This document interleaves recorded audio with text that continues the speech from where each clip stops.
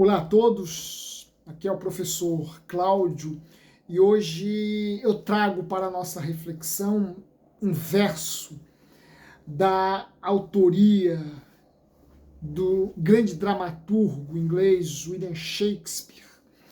Verso este que ele vai colocar nos lábios daquela que, se não for a sua principal criação artística, criação fictícia, se não for a principal personagem criada por ele, Shakespeare, certamente está dentre as personagens de proa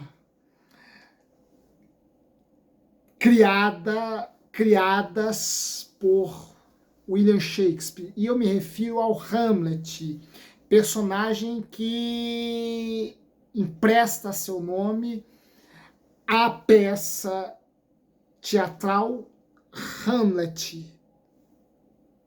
obra que se passa na Dinamarca e que narra, por assim dizer, desenvolve, tem como enredo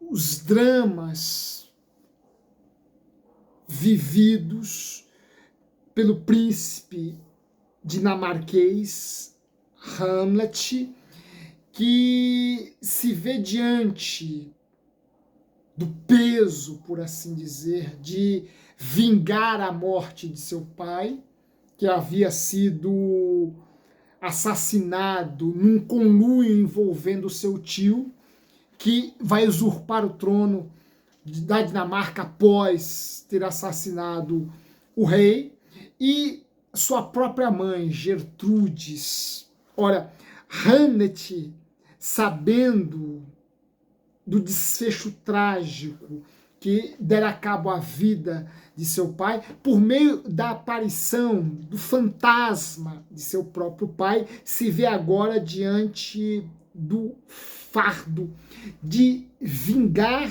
a morte de seu pai e expurgar, redimir a corte dinamarquesa. Esse é o drama sobre o qual a peça se desenrola e mediante as acusações que Hamlet vai construindo, ora de forma um pouco mais clara, ora de forma um pouco mais sugestiva, a corte, a mando do rei, começa a promover a imagem de um Hamlet louco, de um Hamlet desvairado que vive ventilando insanidades aos quatro cantos da corte dinamarquesa. Essa é a versão,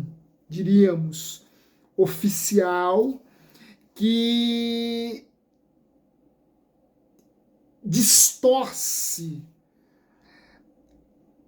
o discurso de Hamlet sob a alegação de que ele estaria louco e de que tudo aquilo não passaria de falas desconcertantes, falas tolas, insanas de alguém que já está perdendo o juízo, está perdendo a razão. Essa é a versão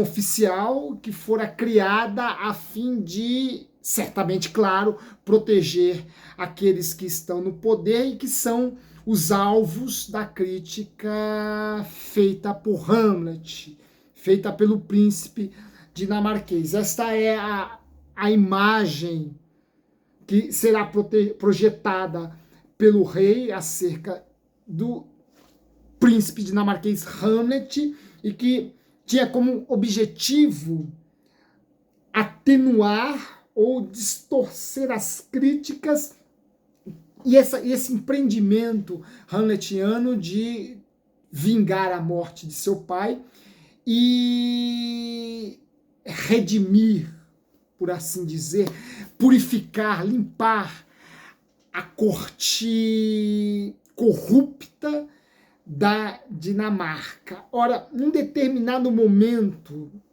do drama da peça Hamlet, para sermos mais precisos, no segundo ato, e aqui eu faço um parênteses, né, como professor de literatura também, a gente vai trazendo alguns temas e julgando por bem esclarecê-los melhor para aqueles que não entendam, não conhecem, né? Ato é cada divisão de uma peça dramática. Isso é um ato, né? O gênero dramático, o gênero teatral é dividido em atos, né? Essa é uma peculiaridade do gênero dramático, mas não só do gênero dramático, o gênero operístico, né? A ópera também é dividida em atos. Então, atos são cada parte que constitui uma peça teatral, uma peça dramática, né? Então, o ato é aquilo que num romance seria o capítulo, no gênero épico seria o canto. O ato é uma divisão do gênero dramático. No segundo ato, na cena segunda, nós encontramos duas personagens, Hamlet e Polônio, pai de Ofélia, por quem Hamlet nutre um affair. Nós encontramos essas duas personagens que se cruzam casualmente na corte e iniciam um diálogo. Ora, Polônio, um protegido do rei, membro da corte, se mostra um tanto quanto arredio, cismado com Hamlet, haja vista, ele já sabe desse affair, desta aproximação entre Hamlet e Ofélia, e para ele, Polônio, esta aproximação não é uma aproximação que tem o seu apoio, que tem a sua aprovação, porque Hamlet, segundo a versão oficial da corte, é um jovem tresloucado, né? Um jovem insano, um jovem que está perdendo a razão. O tema da loucura é um tema muito presente na literatura e na filosofia do século XVI e também do século XVII. Basta lembrarmos do Elogio da Loucura, escrito por Erasmo de Roterdã, quase que um contemporâneo de Shakespeare, embora um holandês, né? E temos outras obras, outros textos que abordam o tema da loucura. Então, o tema da loucura é um tema que está muito presente na literatura na literatura e na filosofia do século XVI e século XVII. Ora, Polônio não aprova esse relacionamento de Hamlet com Ofélia pelo fato de que o príncipe estaria louco. Olha, nós temos aqui o encontro do pai arredio por ter sua filha num determinado, por saber de que sua filha está se envolvendo com uma figura insana. E, por outro lado, nós temos um príncipe extremamente melancólico. Esse diálogo entre Polônio e o Hamlet é um diálogo extremamente melancólico, né? Hamlet se apresenta aqui como uma figura extremamente desencantada do mundo, e essa figura, esse Hamlet melancólico, esse Hamlet desencantado do mundo, porque entende que o mundo está submerso em corrupção. Este Hamlet melancólico será um Hamlet que irá cair nas graças, por assim dizer, de boa parte da tradição romântica do século XIX, aquela tradição romântica mais pessimista, né, mais melancólica, né? Essa será a imagem do Hamlet consagrada por boa parte da tradição romântica, de vertente mais pessimista. E o Hamlet aqui se apresenta de forma pessimista, julgando o mundo como uma grande prisão. Esse tema é o tema que vai desencadear uma das falas mais conhecidas, né, mais populares, tiradas da pena, da lavra de Shakespeare. Ora, a imagem do mundo, da Dinamarca, da corte, como uma prisão, não é uma imagem que sufoca definitivamente o Hamlet, pois diz ele que poderia viver recluso numa casca de nós e mesmo assim se sentir senhor dos espaços infinitos. Ora, é este o verso que o príncipe dinamarquês Hamlet pronuncia para exprimir uma ideia de liberdade que não é física, mas extremamente espiritual, extremamente,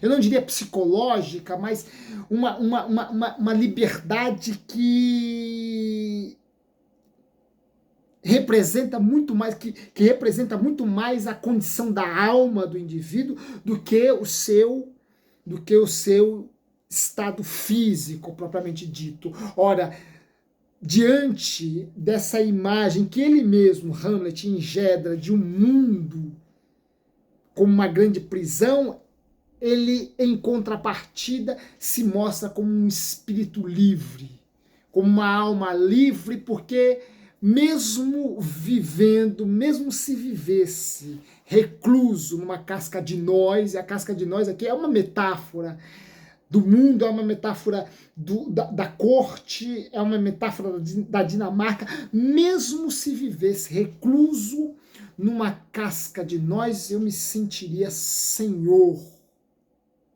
dos espaços infinitos deste universo esse universo copernicano, esse universo já da Revolução Científica do século XVI, esse universo aberto, esse universo infinito. Ora, mesmo enclausurado ele, Hamlet, se sentia senhor dos espaços infinitos. Mas, senhor, em que medida? De que forma? Como alguém confinado num espaço físico, recluso numa câmara, recluso num cárcere, como alguém nesta condição poderia se sentir senhor dos espaços infinitos? Ora, só existe uma resposta plausível a essa pergunta.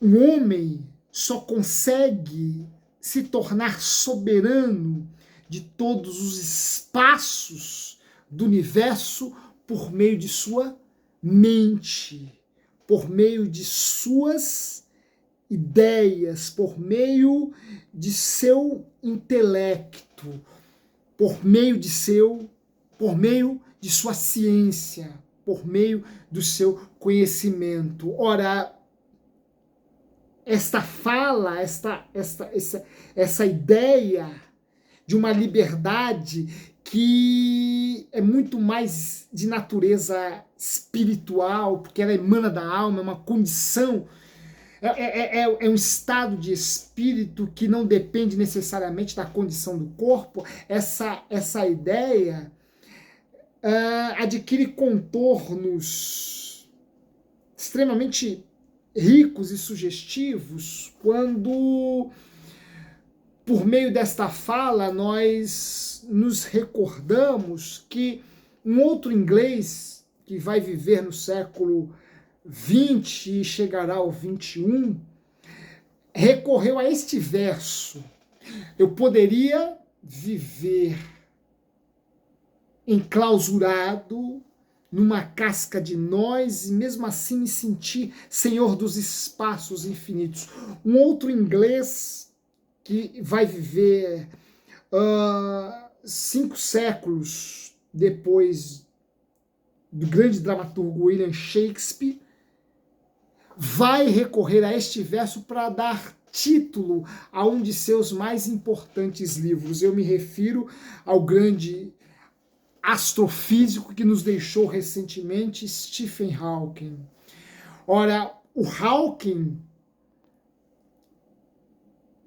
tomou emprestado este verso de Shakespeare para intitular uma célebre obra.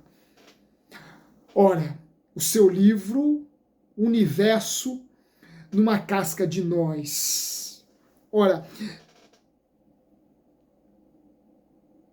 entendido este verso,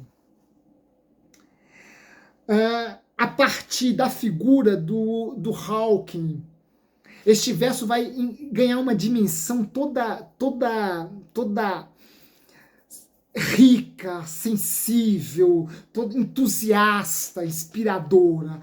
Todos nós sabemos do drama vivido pelo Stephen Hawking.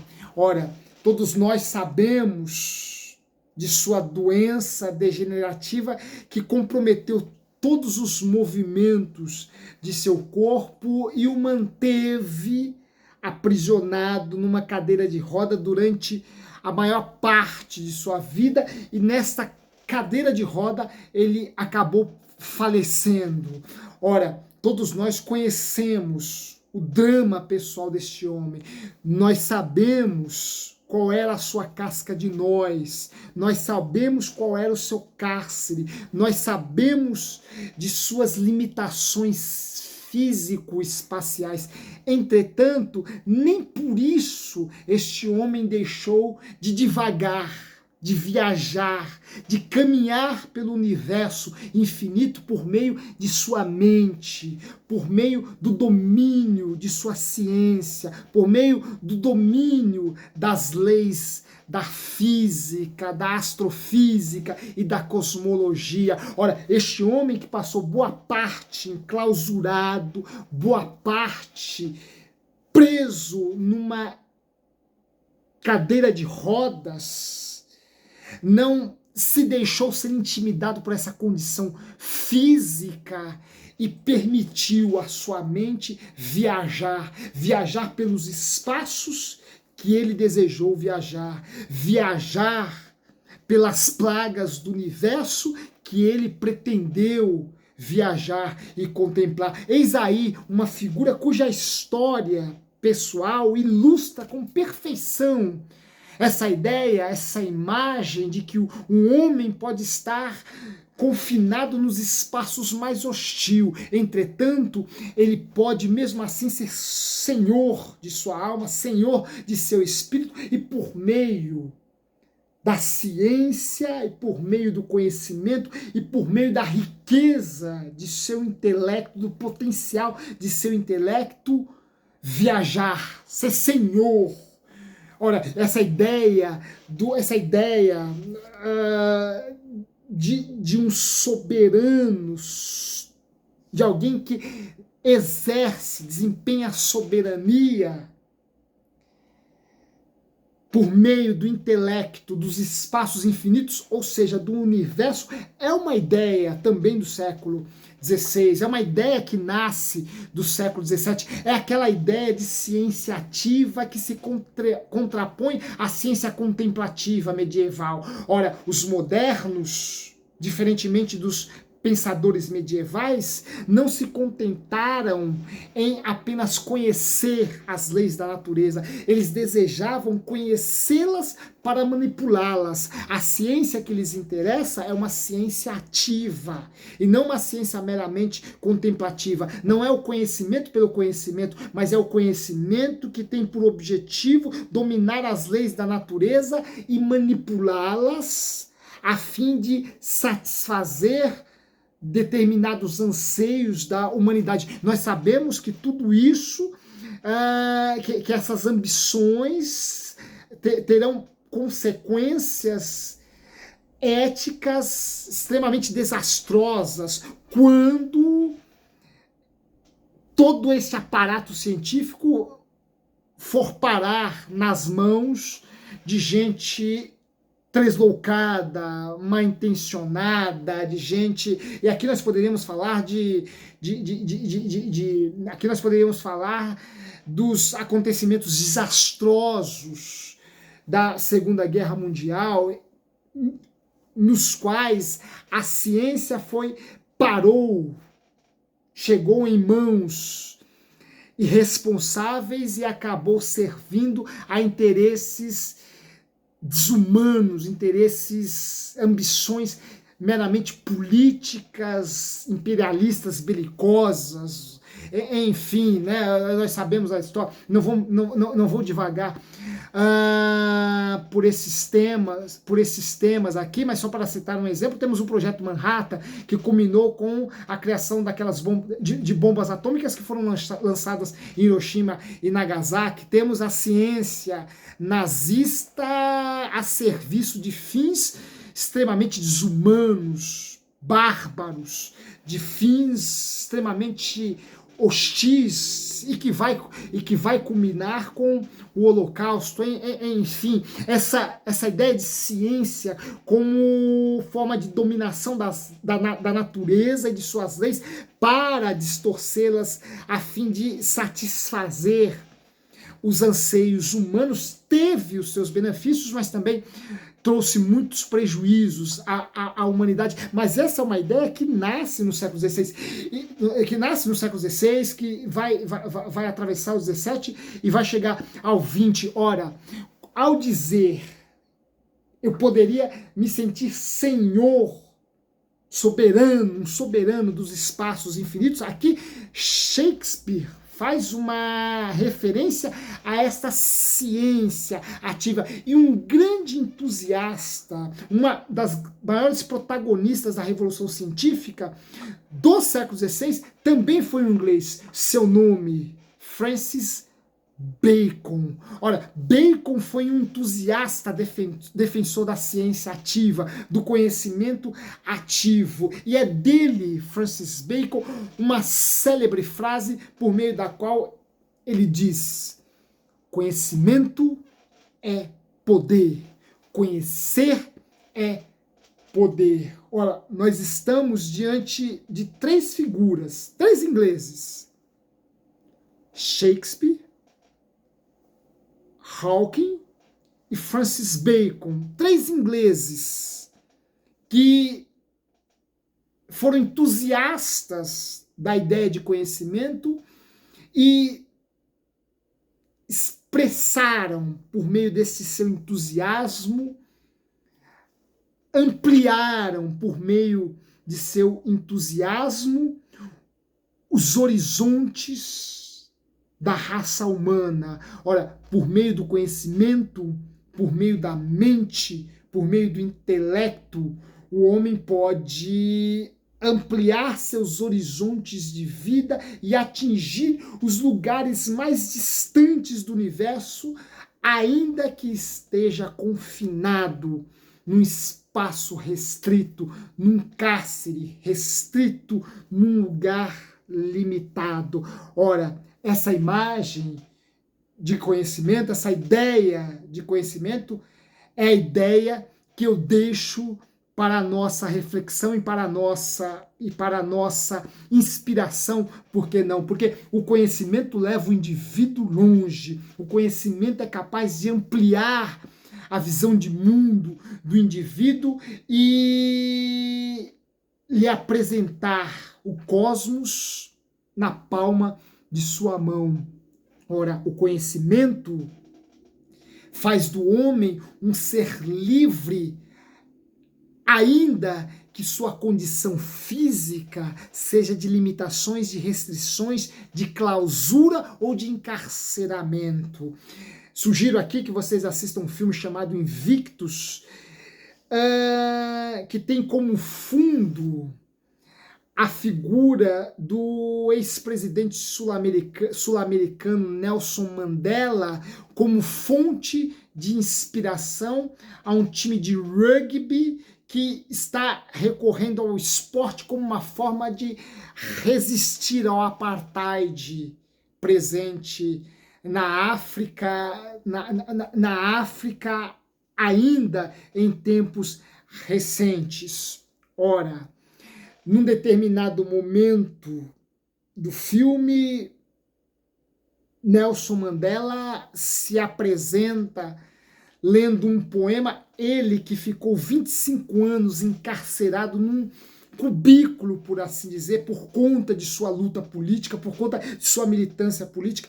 Ele que sentiu na pele que é um cárcere, mas que nem por isso deixou que aquele sistema racista do apartheid escravizasse a sua alma. E num determinado momento do filme, Mandela, interpretado pelo Morgan Freeman, recita um verso que cai como uma luva em relação àquilo que nós até aqui falamos. Ora, vai dizer a personagem de Mandela: eu sou senhor da minha alma e dono do meu destino. Ora, o corpo está entregue às mãos daqueles que desempenham poder sobre mim. Entretanto, de minha alma, do destino do meu espírito, guardo eu, cuido eu, deste eu sou senhor. Ora, o homem que é senhor de sua alma e que fez dela uma terra fértil para o florescimento, o desenvolvimento das sementes do conhecimento, da riqueza do conhecimento, este, embora esteja em espaços limitados que lhe parecem mais um cárcere, pode permitir à sua alma viajar pelos espaços mais distantes, mais longínquos, porque o conhecimento permite ao intelecto, permite à mente viajar pelos mundos que ela desejar. Ora, esta é uma das belezas e das conquistas que só quem compreende e vivencia é o homem cuja alma foi fecundada pela ciência, pelo saber, pelo conhecimento, pelas letras, pela matemática, enfim, pelas artes. Só quem cultivou a alma com todas essas linguagens maravilhosas do espírito é capaz de, mesmo enclausurado como Hamlet, se sentir senhor dos espaços infinitos. Eu espero que esta também seja a sua experiência. Um grande abraço e até a próxima.